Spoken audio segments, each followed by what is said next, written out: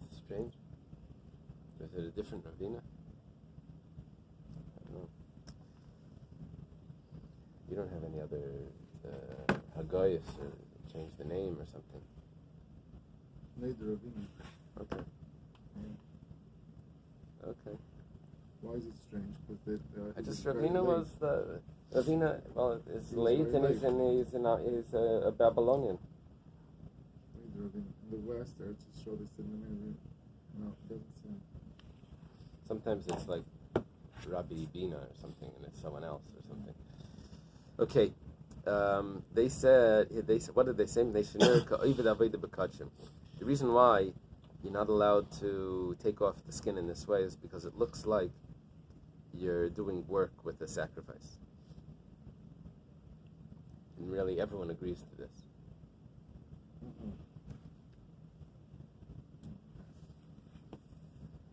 The other opinion is we're afraid that you're going to delay shechting it, and you're going to allow it to mate and to have offspring, and then you're going to have a lot of skins. If we're going to let you get away with, we're going to let you make this income through the skins, then you're going to start turning this into a whole business. And what's going to happen is you're really not supposed to leave these animals around because you may end up shearing the wool and doing work with them and all of that. So we want you to get rid of it right away, so we don't let you use the hide for these jugs. The way you remove the hide, from what I heard a little bit, what about the way you remove the hide? Talking about You're allowed to take it off. Right? You're allowed to take it off, but you're not allowed to take it off in a way that you can turn the whole hide into a big canteen, because that ruins the flesh. And here we're saying, because that would turn into a type of business that you would want to allow the animal to grow and to have offspring, and then this animal would be left around. And really, this animal was a sacrifice with a blemish. Okay, the Mishnah says, Bechoros Daf. Is there a medical term over there for Achsedam? Congestion of blood. No. Well, yeah. Is that what you're looking at, Rashi? Apender. Is there a word, apender? Blood clot? What is that? French? Congestion of blood. What happens is in the olden days they would do bloodletting, and they would say there was a disease called Achsedam. It had too much blood. And so they would have to do bloodletting to... Oh, polycythemia.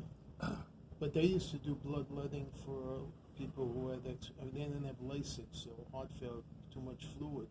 They would, use donkeys or bloodletting. I mean, they had all these methods to just remove, diurese people. But if you're talking about the disease of too much blood, that's called polycythemia. Some people have it. Nowadays, the ones that have it mostly have secondary polycythemia from smoking, because they smoke. They don't have enough oxygen, so the body makes more blood to suck up more oxygen, because instead of stopping smoking. Where does that blood go? Where is it blood? Where is it going? It's just built up? Yeah, it's just, but I mean, there's more tendency for it to clot somewhere, because you can get over Probably cows who smoke cigarettes. Camel. What was this? It wasn't there. It was a cigarette. Camel. This is it. Okay. So, Bechoros Daf, a firstborn animal that has this illness. Now, afilu mace. This doesn't mean even if it died. This means even if it's going to die. Ein makisim leidam. You're not allowed to do bloodletting. And there's a concern here that if you're going to do bloodletting, you're going to end up making a blemish in the animal, because you have to make some sort of cut. And we don't know where you're going to do it. If you do the cut on the lip or on the eye, or and there could be places where you make a cut, it's going to be considered a mum.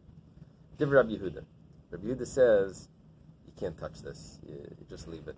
And let it die. Let it die. Chamar miyakiz. Some say no. that you do bloodletting, but you make sure that you don't do a mum. The im by mum, but let's say a mum happened, a blemish happened. You can't slaughter it and say, "Oh, my mistake. Okay, now it has a mum. Now we can slaughter it." The kayan. Shimon Amar, Aimer. Reb Shimon says, "Yak is after b'shvois by mum." Shimon says no. Reb Shimon's opinion is that davar she'eino miskaven. If you're not intending to make a mum, then it's mutter. You didn't intend to make a mum. You intended to let the blood out. Taner Rabbanan, the rabbis Taner Bais, Bechoros Daf, a firstborn animal that has this polycythemia. So makizan leida esadam, you're allowed to do bloodletting. The Menachem she'enaisim by mum. If you don't make a blood, it sounds like the Chacham's opinion. Vein makizan le'esadam Menachem she'enaisim by mum divrei Reb Meir. Over here in the Bais, this is Reb Meir's opinion. The Chachamim say, "Af b'makom she'oiseh by mum," sounds like Reb Shimon. Even if you're making a mum, it's not a problem, but you just can't shecht it on that. Okay. Are they saying because he's saving a life? This is in order to save a life? Die, yeah, it's going to die. Right.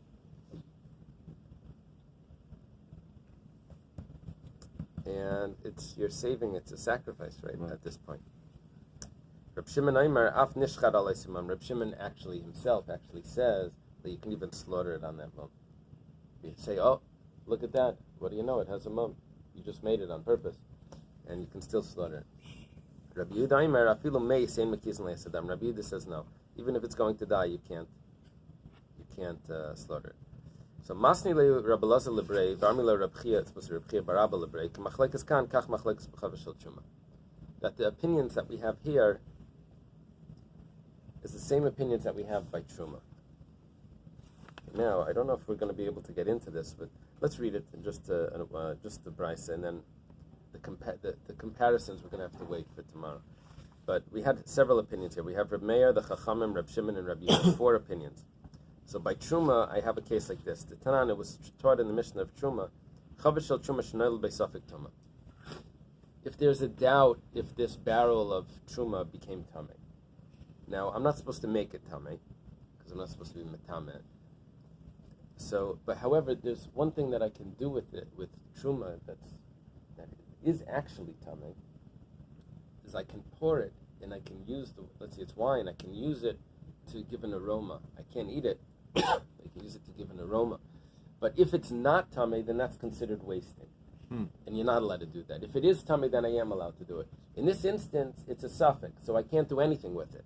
Can't waste it, because maybe it's not Tameh. Can't drink it, because maybe it is. If